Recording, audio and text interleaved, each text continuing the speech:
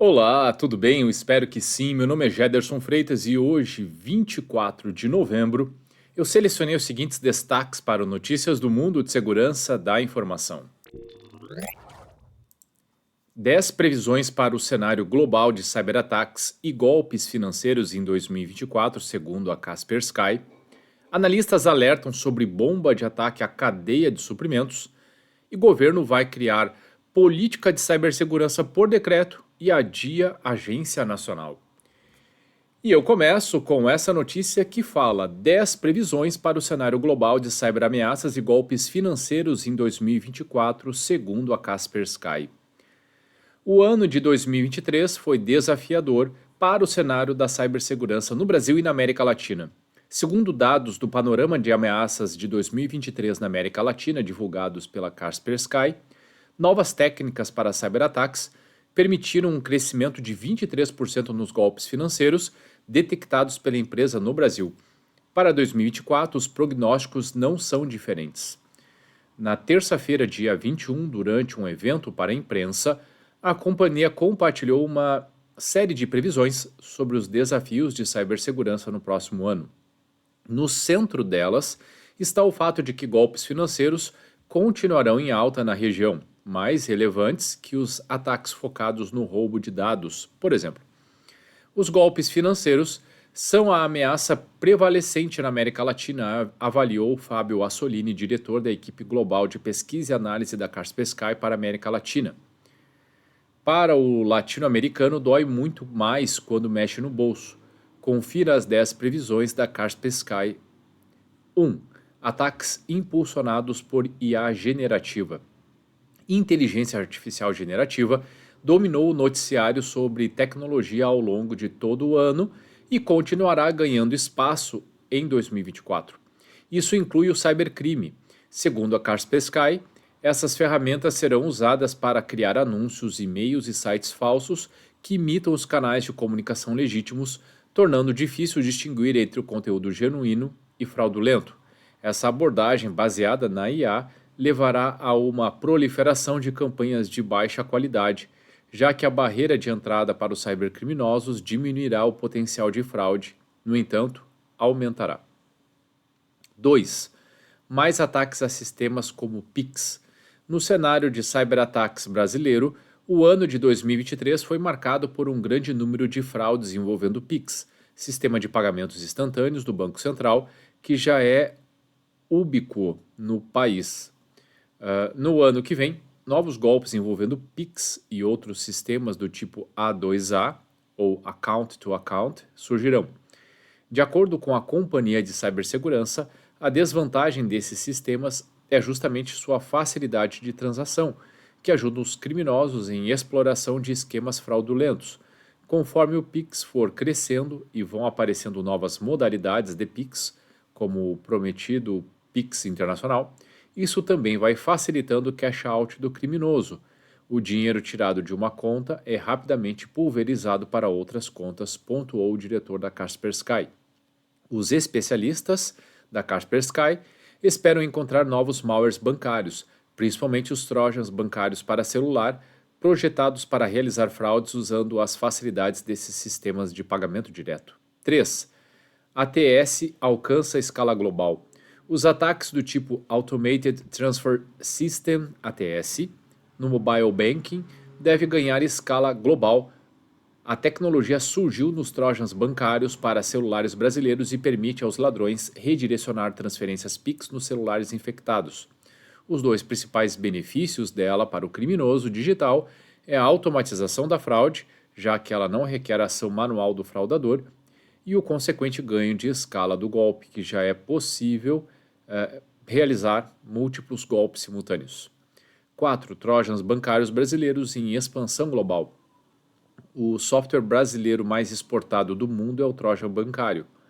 O golpe que redireciona o Pix ainda está restrito ao Brasil, mas a rápida adoção dos pagamentos direto deve fazer com que as famílias que já usam essa técnica, como Bratz, Yachts, Gold MW, Criminal MW e BR Angler, sejam exportadas para outros países em 2024. 5. Ransomwares mais seletivos. O volume total de ataques ransomware registrou uma queda ao longo deste ano. Isso não quer dizer, no entanto, que a ameaça esteja arrefecendo. Isso é porque esses ataques estão mais seletivos, buscando melhorar a definição de suas vítimas. Essa tendência visa potencializar as chances de receber o pagamento do resgate ou exigir valores mais altos. Isso tornará o golpe ainda mais direcionado e prejudicial às instituições e organizações financeiras ao longo de 2024. O ecossistema criminoso de afiliação também deverá se tornar mais fluido, com membros frequentemente alterando ou trabalhando para vários grupos simultaneamente. 6. Ataques em programas de código aberto. Há uma tendência de aumento na exploração de programas de código aberto para realizar ataques contra empresas. Isso deve se intensificar em 2024. O aumento de pacotes de código aberto com backdoor é considerado uma tendência preocupante pela organização, com um número maior de cybercriminosos explorando cada vez mais vulnerabilidades em programas open source para comprometer a segurança corporativa. Esse tipo de ataque pode se dar de duas formas: ou o atacante compromete o repositório de um software legítimo, o que pode ser rapidamente descoberto por outros desenvolvedores, ou cria uma nova distribuição de um projeto pré-existente, mas com código malicioso agregado. Esses ataques potencialmente devem resultar em mais violações de dados e perdas financeiras. 7. Aumento dos ataques One Day. Ataques de Zero Day que se voltam para a exploração de vulnerabilidades desconhecidas são caros para os atacantes, já que encontrar uma vulnerabilidade que ninguém conhece em um programa popular é desafiador. Por isso, os ataques do tipo One Day, que visam aproveitar vulnerabilidades recém-descobertas, mas ainda não remediadas, devem crescer. A lógica é simples. Cada vez mais criminosos estão usando ataques que exploram vulnerabilidades que não são Zero Day, mas que se tornaram públicas há pouco tempo. Nessa janela em que empresas não tiveram tempo suficiente para instalarem patches de correção, os ataques de One Day podem prosperar. 8. Dispositivos mal configurados. Os especialistas acreditam que haverá um aumento dos ataques direcionados contra empresas com dispositivos e serviços online mal configurados. Essa negligência facilita o acesso não autorizado dos cybercriminosos e aumenta as chances de serem bem-sucedidos. 9. A adoção de linguagens multiplataforma. Também para otimizar o tempo de desenvolvimento e melhorar o retorno dos ataques, a Kaspersky prevê um aumento na adoção de linguagens multiplataforma por cybercriminosos. Na prática, isso significa que linguagens como Go e Python serão mais prevalentes do que no desenvolvimento de ataques como ransomware e malware. Através delas, é possível desenvolver um único ataque que pode ser executado em múltiplos sistemas, maximizando o impacto de campanhas de cyberataque. E por fim, 10. Mais ataques de grupos hacktivistas. O cenário geopolítico global continuará impactando o mundo da cibersegurança através da prática do chamado hacktivismo, ataques hackers que têm motivação política. Esse tipo de prática deve continuar ganhando espaço em 2024. Uma das formas que isso se manifesta é através do crescimento dos malwares do tipo Wiper, que formatam completamente os sistemas que infectam. A empresa identificou o crescimento de campanhas desse tipo, que não tem como objetivo roubar dados ou dinheiro, é apenas para paralisar a operação de sistemas críticos como infraestrutura elétrica. É sabotagem pura. Bom, a matéria está super interessante. Obviamente, cada um pode analisar os contextos, aquilo que faz ou não faz sentido, mas tem coisas muito interessantes. Já há um bom tempo, por exemplo, de todos esses itens, eu vou comentar um, que diz respeito ao processo de gestão de vulnerabilidades. Há muito eu digo que esse processo ele precisa ser ágil. Pois bem, agora acabamos de ler, acabamos de ver um fabricante de segurança falando dessa tendência de os criminosos não vão explorar vulnerabilidades necessariamente desconhecidas, mas eles vão aproveitar a janela de correção que é lenta para gerar esses ataques no momento em que a vulnerabilidade ela é divulgada. Portanto, precisamos ter foco ou continuar e aprimorar o nosso foco no processo de gestão de vulnerabilidades. Analistas alertam sobre bomba de ataque à cadeia de suprimentos. Pesquisadores da Aqua Security lançaram um comunicado urgente informando sobre a exposição pública de segredos de configuração do Kubernetes. Eles alertam que centenas de organizações e projetos de código aberto estão vulneráveis a essa bomba de ataque à cadeia de suprimentos. Kubernetes é um sistema de orquestração de containers de código aberto que automatiza a implantação, o dimensionamento e a gestão de aplicações em containers. Em um artigo, os pesquisadores da Aqua disseram que encontraram segredos do Kubernetes em repositórios públicos que permitem o acesso a ambientes sensíveis no ciclo de vida de desenvolvimento do software e representam uma grave ameaça de ataque à cadeia de suprimentos. Os segredos do Kubernetes são essenciais para gerenciar dados confidenciais no ambiente de orquestração de container de código aberto. No entanto, eles geralmente são armazenados sem criptografia no armazenamento de dados do servidor de API, tornando-os vulneráveis a ataques. No artigo, os pesquisadores dizem que realizaram uma pesquisa usando a API do GitHub para recuperar todas as entradas contendo .dockerconfig.json e .dockercfg. A consulta inicial produziu mais de 8.000 resultados, nos levando a refinar nova pesquisa para incluir apenas os registros que continham valores de usuário e senhas codificados em base 64. Esse refinamento nos levou a 438 registros que potencialmente continham credenciais válidas para registros. Segundo os pesquisadores, destes 438 registros, 203, aproximadamente 46%, continham credenciais válidas que davam acesso aos respectivos registros. A equipe da Aqua disse que descobriu que muitos profissionais às vezes negligenciam a remoção de segredos dos arquivos que cometem em repositórios públicos no GitHub, deixando informações confidenciais expostas. E para quem quiser ter mais acesso ao final dessa matéria divulgado no portal cisoadvisor.com.br, tem um link em inglês, né, para essa pesquisa realizada pela empresa Aqua Security, que está bastante interessante.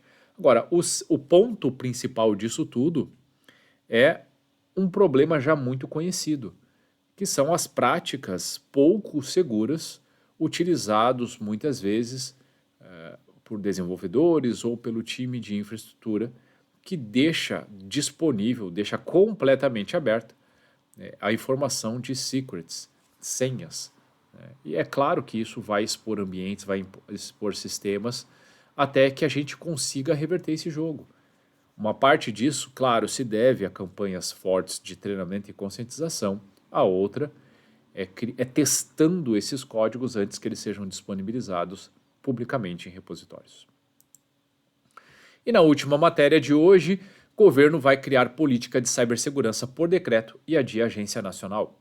O governo federal decidiu fatiar os planos do Gabinete de Segurança Institucional e vai criar uma política nacional de cibersegurança por etapas. A primeira delas vem por decreto presidencial a ser assinado nas próximas semanas. Ele cria essa política em um comitê interministerial. Fica para um futuro projeto de lei o sonho do GSI de criar uma Agência Nacional de Cibersegurança. Vamos criar uma política nacional por decreto. Desenhamos então um modelo em que parte do que discutimos em uma audiência pública é separado em um decreto para criar a Política Nacional de Cibersegurança e um elemento fundamental que é o Conselho Nacional de Cibersegurança, revelou o assessor especial do GSI e coordenador do PN Cyber, Marcelo Malaguti. Ele acrescentou a evolução do tema durante o workshop de segurança cibernética e combate à fraude no ecossistema digital, realizado pela Anatel nesta quinta-feira, dia 22 de novembro. Ficamos com um projeto de lei mais enxuto para criar uma agência nacional. Tem que ser lei porque tem criação de cargos e despesas, o que exige participação do Congresso Nacional. Temos uma revisão no texto, acessível, que não crie rusgas ou problemas para que não haja nenhum tipo de resistência, seja da esquerda, da direita, do centrão, emendou Malaguti. Mas isso não significa que o PL virá em um futuro próximo. O problema é fiscal. Criar despesa fica mais difícil. Temos insistido pela lógica de quanto custa não fazer. Desistimos da ideia da taxação da internet. O governo vai arranjar alguma forma de custeio para a agência e estamos no convencimento de que se trata de um processo técnico que não tem custo significativo, mas pode ter um resultado muito importante para o país. Entendemos que o projeto deve ser enviado o quanto antes e estamos tentando resolver a situação diante da conjuntura política atual. reconheceu o coordenador do PN Cyber. O Comitê Nacional de Cibersegurança é igualmente uma versão mais enxuta do que seria o conselho originalmente previsto. Esse comitê terá 14 representantes do governo, além do CGI-BR e 9 representantes da sociedade. Do governo são GSI, Casa Civil, Ciência e Tecnologia, Comunicações, Defesa, Fazenda, Desenvolvimento, Educação, Gestão, Justiça, Minas e Energia, Relações Exteriores, CGU, Banco Central. E 3 representantes de cada setor, três representantes de cada terceiro setor, academia e empresas. 2 dezenas de órgãos pediram para participar do conselho, mas a Casa Civil ponderou que grupos desse tamanho são difíceis de administrar. A decisão foi colocar os ministérios. Então, no caso da Anatel, por exemplo, ela estava no conselho, mas o governo entendeu que deve ser o Ministério das Comunicações e que se o ministério entender que é a Anatel quem deve ocupar esse espaço, fica a critério do ministério, disse o coordenador do PN Cyber. Segundo Malaguti, a política nacional deve ser assinada em breve, tem uma data pré-selecionada e na segunda semana de dezembro teremos implantada essa política nacional, que cria um Comitê Nacional de Cibersegurança e vamos já em janeiro do ano que vem convocar a primeira reunião. O plano da agência, como visto, fica para um eventual projeto de lei. Dentro da AN Cyber, mantemos o pilar da cooperação. Vamos promover o CTR-Gov, que trabalha dentro do governo federal, e que agora estamos criando um órgão nacional que vai trabalhar com o CERT-BR, com outros e com a lógica de um SOC nacional em um gabinete de gestão de crises. Sabemos que por mais que a gente melhore, invista e se prepare, os ataques são inevitáveis, precisamos estar preparados e esse é o ponto. Realmente, o cenário que a gente está vendo é extremamente desafiador. Se pegarmos os números dos 3 últimos anos, ano contra ano, os números de incidentes crescem. Enquanto isso, o país posterga algumas coisas como a criação da Agência Nacional. Então, é realmente lamentável. Eu espero, sinceramente, que não fique tão para frente, porque nós já estamos muito atrasados nas definições, nos acompanhamentos, nas análises de riscos, nas definições de diretrizes, no acompanhamento das principais ameaças de mercado, etc. Estamos atrasados. A partir do momento que isso será criado, ainda vai levar um tempo até que as estruturas sejam criadas, as diretrizes sejam definidas, os objetivos sejam definidos, os indicadores sejam criados, enfim, então, infelizmente, está devagar, não é mesmo? Bom, pessoal, o que eu tinha selecionado para hoje era isso. Espero sinceramente que vocês tenham gostado. E se você gostou do conteúdo, se fez sentido para você, então curta, salve, compartilhe esse post ou marque as pessoas que podem se beneficiar desse tipo de conteúdo. Eu tenho certeza que fazendo essas ações, podemos fazer a diferença trazendo mais cultura de segurança da informação. E se você ficou com alguma dúvida, tem alguma crítica ou sugestão, fique muito à vontade para deixar comentários ou mandar mensagem diretamente para mim. Combinado? Ótimo dia, ótimo final de semana e até a próxima!